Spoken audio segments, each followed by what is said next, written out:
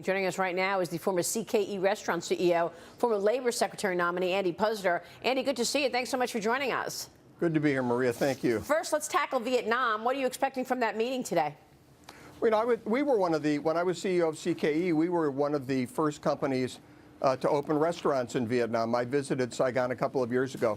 The entrepreneurial activity there, the building is just amazing. It really was nothing like what I expected, having been a kid who grew up in the Vietnam War era.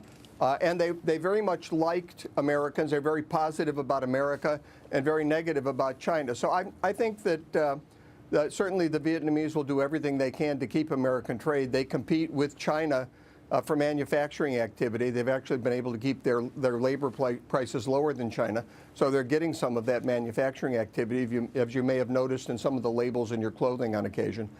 So they're very interested in continuing trade with the United States. I expect a very positive meeting. I think President Trump has very, very good business sense in this respect, and will do something meaningful with Vietnam.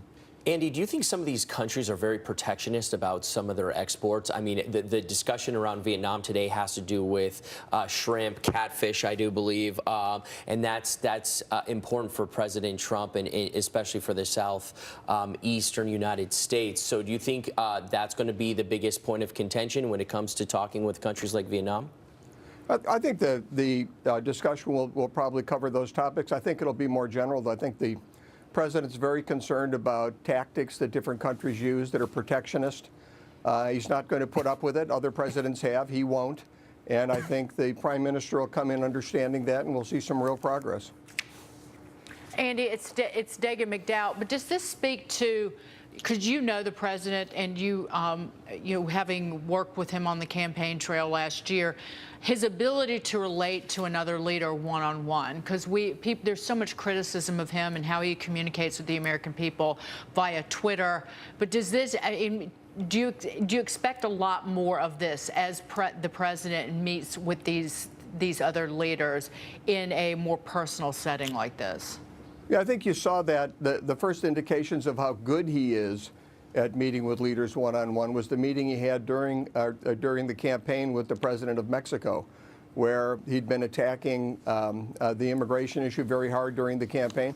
But they got along very well, and it seemed like they were even had some positive discussions about reforming NAFTA. So I think it's a big asset of his that in these one-on-one meetings he's so impressive. I think he'll do it. I'm very optimistic about this president's agenda, as you know, and I think this meeting will go great. You'll see tomorrow.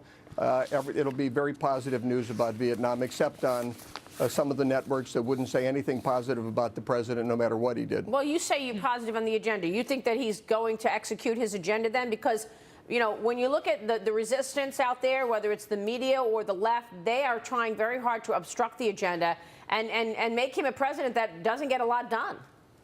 Well, the media and the left worry me less than whether Republicans can get their act together. Look, we've already done regulatory reform, and you're seeing huge impacts from that in the economy. Right. More people are working, fewer people are filing unemployment claims, median household income is way up.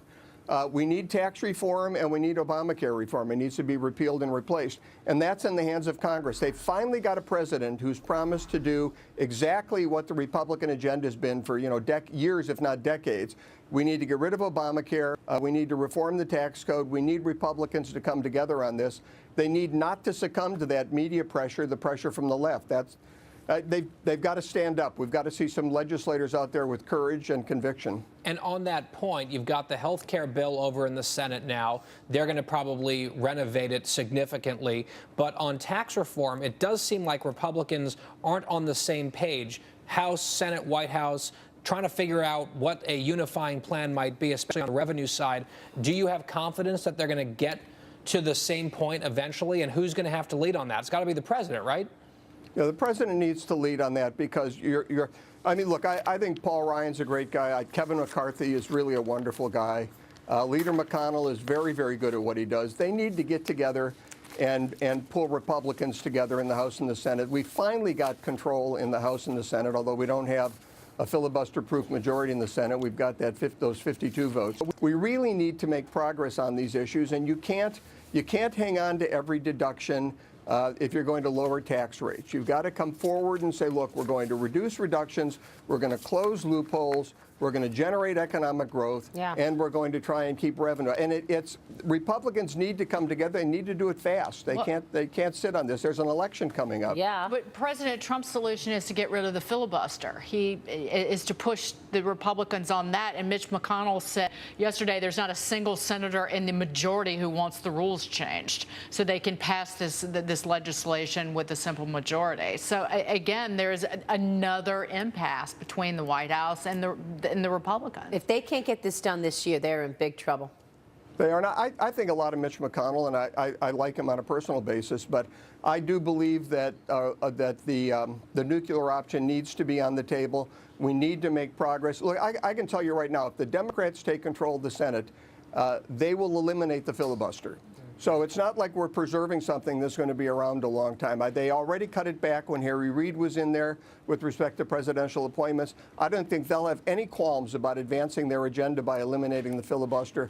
I think our not doing so is a mistake. I do trust Leader McConnell, but we need to make progress on this. By the way, the $4 trillion budget, the spending plan, has been criticized because it's relying on 3% growth numbers. Do you think that we will see 3% growth numbers sooner than later?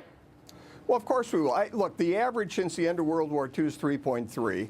We had President Obama and Larry Summers, who you interviewed the other day, and Furman. All of these people in the Obama administration were projecting that coming out of the recession, they'd have 4.5% growth. I think it's ridiculous for them to be out there now saying we only can get 2% growth. We only got 2% growth because of the anti-growth policies of the Obama administration, which were aimed at big government and income redistribution. Now we've got pro-growth policies, and they're saying you can't get above 2%. It's ridiculous. 3% is what the administration's saying, but I have to tell you, I think this administration, these are business people.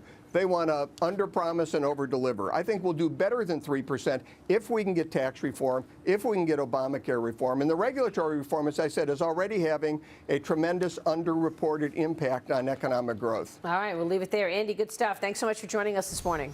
Thanks, Maria. Andy Pleasure. Puzder joining us there.